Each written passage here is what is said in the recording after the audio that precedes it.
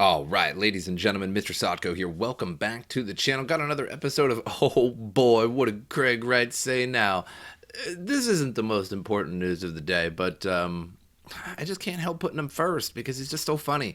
Craig Wright signals he's given up, convincing courts he invented Bitcoin. Oh no, what will we ever do without Craig Wright convincing the world that he invented Bitcoin?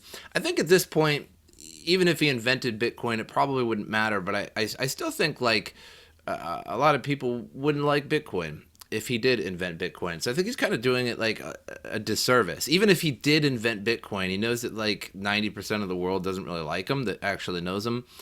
And he would just be doing his own project a disservice by announcing himself. So it doesn't really make any sense. Craig Wright's sitting, it should be like a TikTok challenge, like how you sit like Craig Wright, because he just looks so scrunched up and his face goes straight down in like this frown, like I can't even do it, like I'm just so angry, angry man.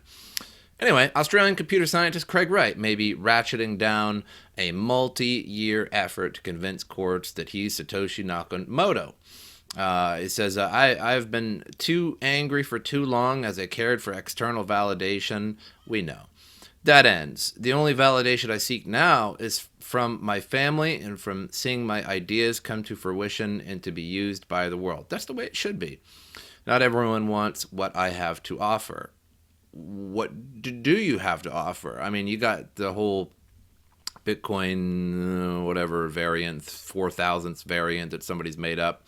But I don't know. It's maybe that's about it. Because everyone wants Bitcoin, but you don't that's not your vision anymore. Like you decided to create a new Bitcoin that nobody really likes. So everyone, if you were Satoshi Nakamoto, like everyone does want what you have to offer, but you no longer want to offer the original, which is what everybody wants. You want some fake, made up new version of the 8,000th variant.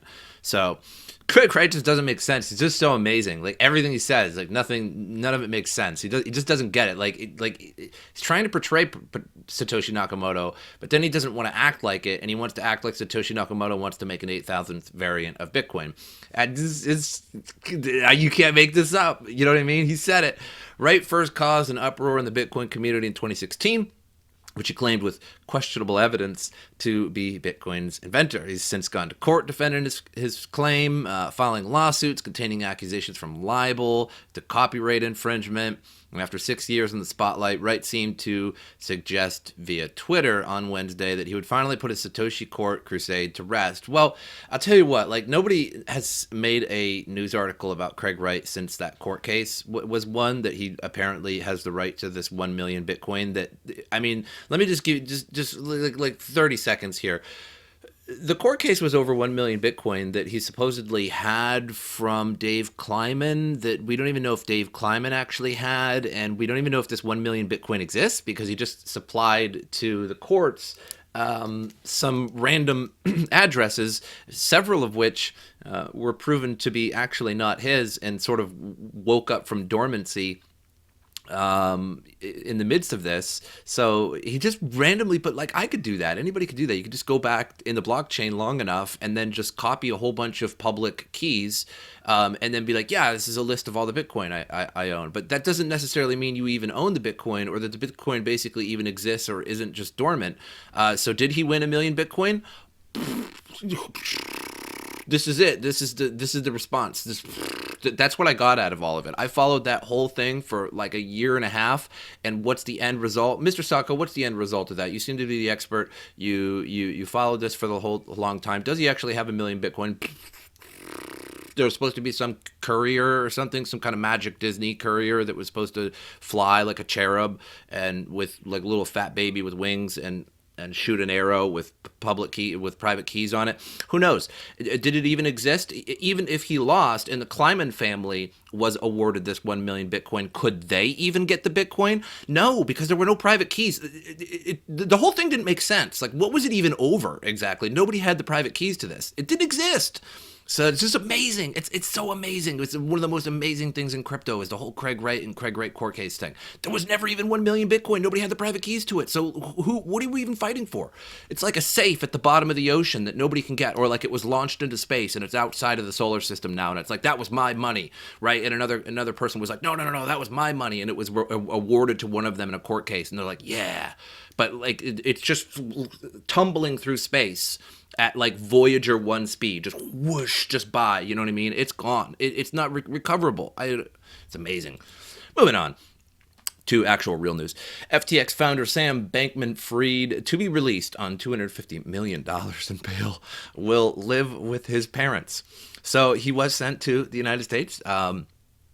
He's released on a $250 million bond. So nobody actually ever pays the full bond amount, like $250 million. You pay like 10% of it. And then like there's like a bail bondsman, yada, yada, yada, right? So nobody actually pays like $250 million. While awaiting trial for fraud and other criminal charges still, it's really a lot of money still, regardless. Bankman-Fried stepped out of the U.S. court district in Manhattan, flanked by his parents, his legal team, and court security at 2:19 local time. Well, I'm really hoping he's enjoying this time because I think he's going to go to prison for a really long time. The terms of his personal recognizance, that's perfect. That was perfect pronunciation. If you go back and you play it slow, it's perfect pronunciation. Bond were agreed to by prosecutors to Bankman-Fried's lawyers. The 30-year-old will face his next hearing presided over Judge Ronnie Abrams in New York City on January 3rd. Will he enter his plea and be arraigned? So the bond that I said perfectly is a written commitment from the accused to appear in court when ordered. I didn't really know that. I mean, I kind of know how bonds work, but fortunately, I never really had to be bonded out of anything, so that's good, right? In return, Bankman-Fried's camp would not be required to meet the full collateral requirements on the bail. Exactly, so nobody ever pays the full amount of the bail. So it's like 10%. The bond was secured by equity in his family home and by the signatures of his parents and two other individuals with considerable assets. Yeah, I would imagine you do have considerable assets because even 10% of $250 million is a whole lot of money. Considerable assets. I like how they put that in quote. You didn't need to put that in quotation marks, actually, CNBC, because is it? Are you saying it ironically? Considerable assets? Like, why is that in quotations? It should just be considerable assets, unless somebody actually physically said the word considerable. But fair enough. In addition to the $250 million package, which prosecutors called the largest ever pretrial bond. I don't know if that's true or not, but I don't doubt it. The former crypto billionaire would also be required to wear an electronic monitoring bracelet, submit to mental health counseling, and restrict himself to travel within the Northern District of California and Southern and Eastern Districts of New York. But that's a lot of travel, to be totally honest. I mean, considering they're on the opposite side of the United States, and the United States is quite a significantly large country. And you get two districts in New York as well. That's a whole lot of travel for somebody who burned a $32 billion $32 billion crypto empire. So it's fun. Moving on here. Caroline Ellison plea agreement, a $250,000 bail. So Caroline Ellison was arrested as well, his girlfriend and former Alameda Research CEO. She'll not be allowed to leave the continental United States, must forfeit any proceeds derived from the commission of the offenses. She has been charged with, according to a recently unsealed plea agreement with the U.S. Attorney's Office, Southern District of New York. It's always the Southern District of New York every single time. You guys ever notice that? Like throughout my crypto endeavor here in the news, every single time it's the Southern District of New York. They must be like the ones that do all of the financial based punishments. I'll have to look into that. I never bothered to, and I've seen it 100 times in different articles. She'll also need to pay restitution for an amount determined by the court. The plea agreement was first obtained by New York's Inner City Press, a publication that covers court proceedings in the city's federal court. So here's the SEC charges. The Securities and Exchange Commission today charged Caroline Ellison, the former CEO of Alameda Research, and Gary Wang, the former chief technology officer of FTX Trading. So he must have been the worst CTO of all time, because FTX Trading was really bad.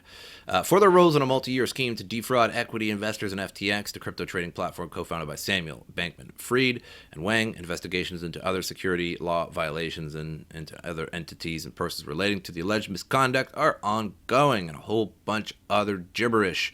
Basically screwed a whole bunch of people over and was profiting off of everybody's crypto that they were putting on the platform. That's basically it. Cost everybody a lot of money.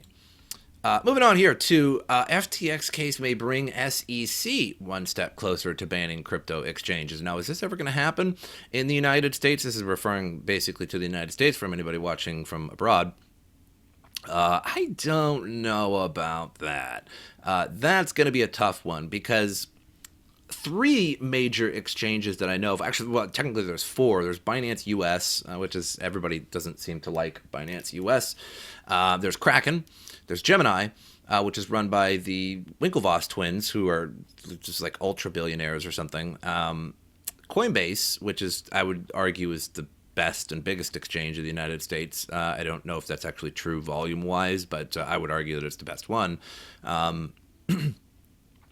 And to ban crypto exchanges, there'd have to be this huge regulatory process about how they not only divvy up their stock and start selling their company and going under, because Coinbase is public, but there's all this volume and all this liquidity that would have to be basically given back to the customers.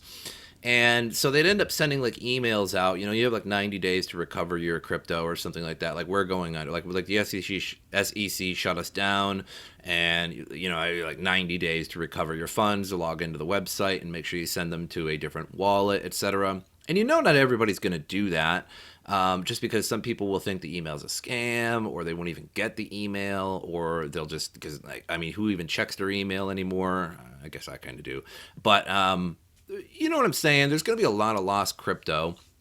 It's going to have to be liquidated basically offshore anyway, and it would absolutely obliterate the price of crypto. I know that Binance and there's some other big major exchanges across the world. The United States isn't doesn't, the sun doesn't revolve around the United States kind of thing. But I think that would be a pretty long death blow to crypto. Maybe it would slowly recover as all the crypto sort of went offshore, but trading offshore is sometimes difficult to do, especially if there were a bunch of regulations. It would be a pretty death blow to crypto, at least for a long time. There would be a big long crypto winter. We're talking years.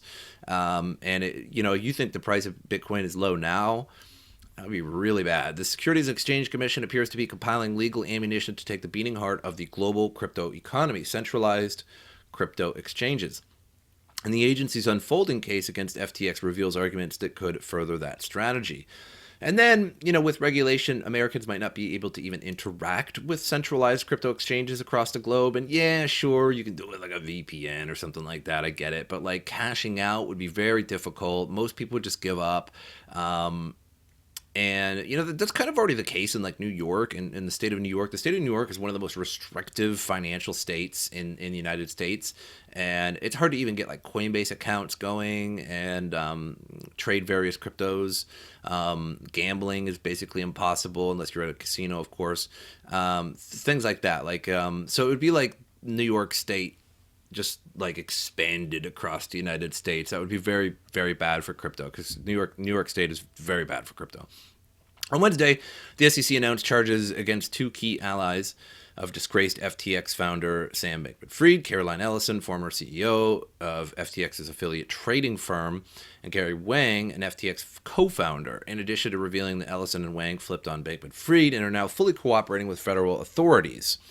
The complaint divulged that the SEC, in its pursuit of securities fraud charges pertaining to FTX's sale of the native token FTT, appears to be escalating its assault on cryptos as a whole. If so, it's consistent with the agency's recent successful suit against blockchain-based content platform Libri, and it's no surprise that the SEC charged Ellison and Wang with securities fraud. But the complaint language regarding FTT, the token on FTX, went notably further. Wednesday, a complaint labeled FTT an illiquid crypto asset security, making the subtle but crucial point that SEC views FTT as a security in itself, regardless of the manner in which it was offered or sold. I kind of actually agree with the SEC. Like if you know even vaguely know the description of a security, you could argue that a lot of crypto is, but it isn't. A lot of crypto also isn't, because it's not really connected to anyone, like especially like Bitcoin, for example. Like nobody made it.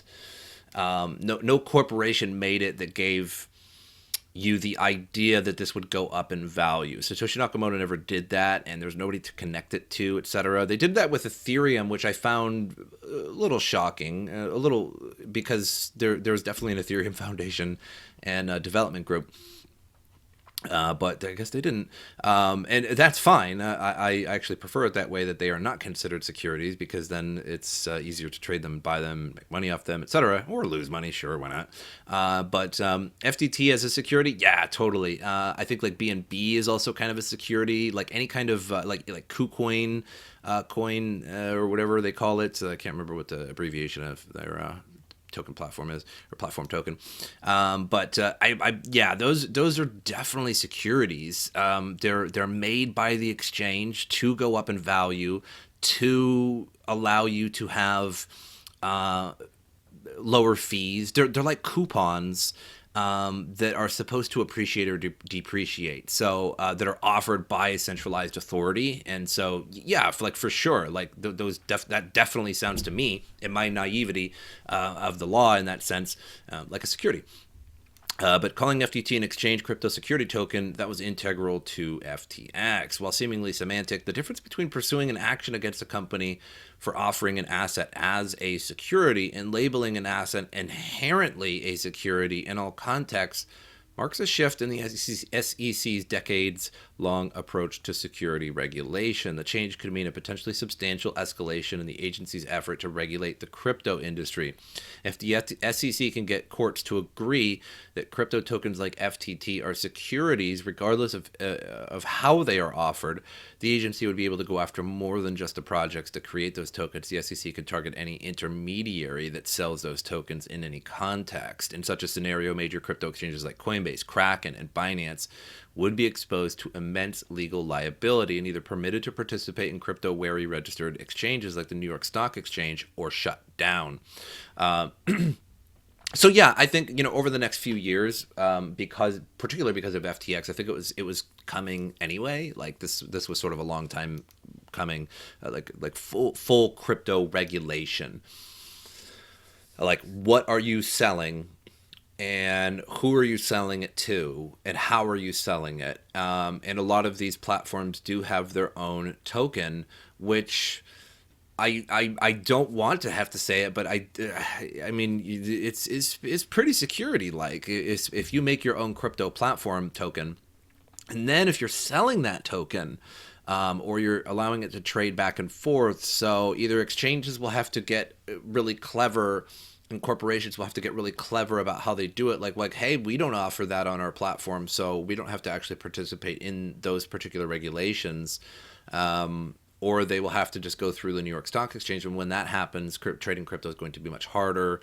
There's going to be a lot more, even more bot trading than there already is, and which will sort of regulate the price of crypto, which you could argue is a good thing. It could regulate its price and stabilize it a little bit.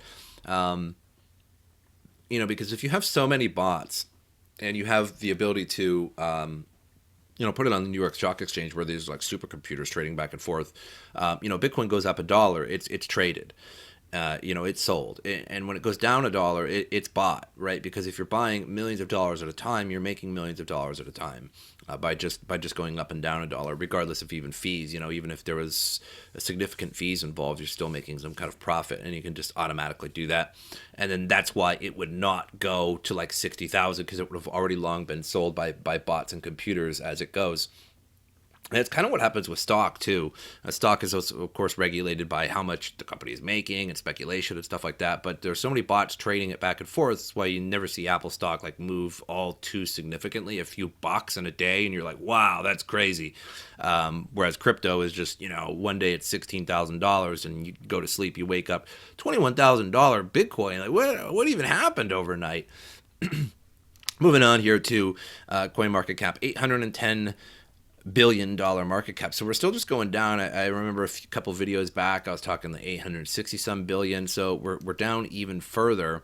And once again, there's so many cryptos out there. 22. Oh, it even says it right up here. I think it was the other day I was looking all the way down here. 22,106 cryptos, and we have a market cap slightly less than the all-time high in the year 2017, which is everybody's sort of golden year. It's the rose-colored glasses year. Everybody looking back on and be like, it was the good old days kind of thing. And there was like less than 2,000 cryptos. So that means like there's like 20,000 cryptos that are worth nothing, that contribute to the market cap so little value that it doesn't matter. It's irrelevant because we have $16,800 Bitcoin, which if you go back to 2017 times out, that was huge. Like that's like late November, maybe early December level Bitcoin. Because Bitcoin hit its all-time high. I believe it was December 17th, and at the time, Ethereum was probably only, I think, $600. It actually went to like $1,400 or something like that. But that wasn't till after. That was all the altcoins actually hit their all-time high, like most of them anyway. In general, let's say, hit it the first week or two of January. And what I think was happening is just like Bitcoin started to absolutely collapse because of BitConnect. Couldn't think of it for a second there. And because BitConnect was ultimately selling off all of their Bitcoin and just basically crashing almost exclusively Bitcoin. And there were many less exchanges back then with all of the pairing that there is now. So the market was trying to go down, but it was just all Bitcoin being sold because of all the scams and such like that were these Ponzi schemes that everybody was into at the time in 2017 with BitConnect and yada yada. And everyone's like, oh, all the money's gone. Like Bitcoin went down in price. I'll sell my Bitcoin and I'll take the money and I'll put it into something that isn't crashing, like Ethereum or Litecoin or this, that, or the other thing. And that's why all of those coins exploded a couple weeks later in January. But that's all I have for you guys. I hope you enjoyed it. Make sure you like, subscribe, share the video. It helps me out a lot. As usual, I'll see you guys next time.